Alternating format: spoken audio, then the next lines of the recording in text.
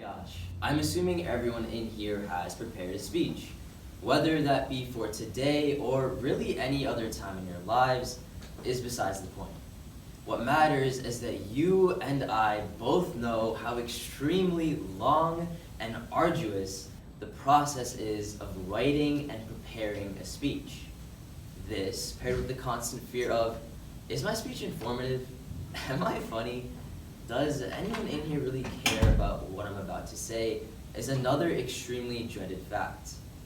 You would think that writing a speech would be easier than you imagine. But then you go onto YouTube to see your speech ideas crushed by a plethora of other speeches just 10 times better than yours.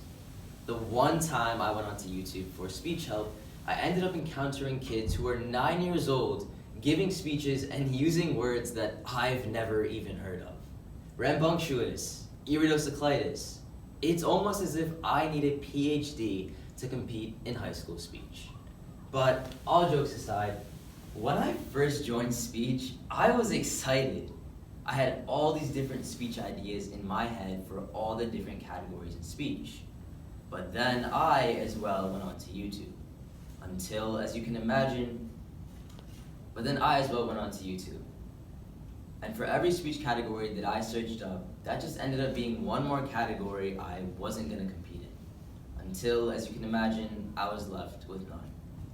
But I do have to admit, watching all of these beautifully crafted speeches, being a part of speech and debate, and simply just going to the competitions made me really think about why I had joined speech in the first place. So, for the remainder of our time here today, not only do I want to share with you all my public speaking experience, I also want to take you all on my journey of discovering the power of speech. In our journey, we will first visit my own public speaking story. Second, explain the meaning and the message that this story holds. And third, make our discovery of the power we hold at the very tip of our tongues. So, backtracking all the way back to middle school.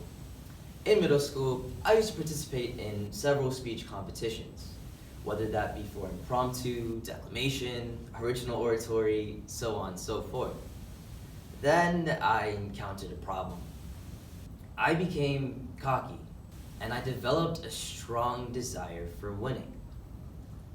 I found myself not going to competitions for a profound experience, the pleasures of being with my friends and my teammates, or even the free food in the cafeteria. I was solely focused on winning, and that was it. Until one day, in the summer of 2016. During the summer, I was participating in a speech competition in the category of original oratory. My speech was on basketball. I had my speech ready, I was all calm and cool. I'd even memorized my speech, something that really wasn't recommended for middle schoolers back then. So, when it's time to present, I do admit I was a little bit nervous, but I gathered myself up and walked up to the stage. It went a little something like this. Hello, my name is Yusuf Manair, and today I'm going to be talking about basketball. Basketball was created by James Naismith in I'm sorry, I forgot my speech. Can I just sit down? I had forgotten my speech. Now, keep in mind, this has never happened to me before. So when competition ended, I'm broken. I'm crying, I'm not talking to anyone, don't even go to get the free food. But what happens next is something that I will never forget. My coach, noticing the situation I was in, came up to me and said something that I won't forget. She said, "You know, sometimes it's not all about winning or getting an award. It's about making a positive difference and inspiring others around you with the words that you speak." This is why I joined speech. Speech is a lot more than just a competition or an event. Of course, the feeling of winning and getting an award is amazing, but what's the purpose of it? I mean, why am I standing up here today? And I would like to pose this question to everyone here. Do we simply craft our speeches to get awards and gain bragging rights among our peers? Or do we craft our speeches for something greater?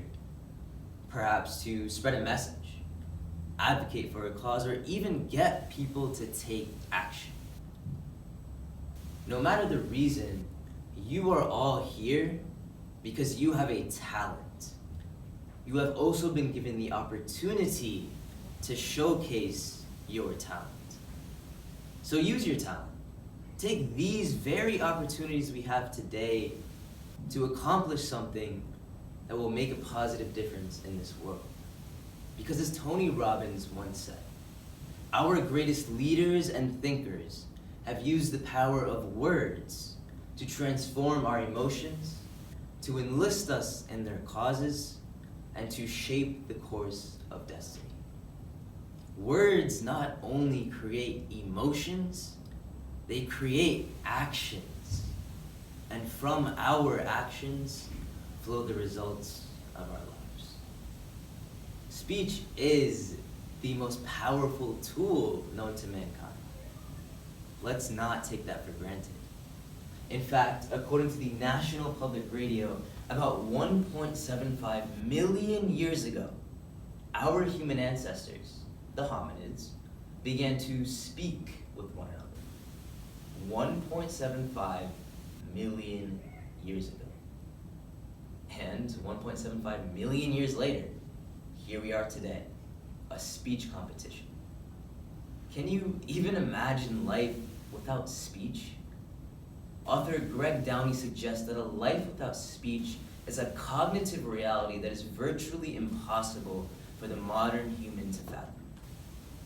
Our thought processes have been so profoundly shaped by the introjection of language into our world.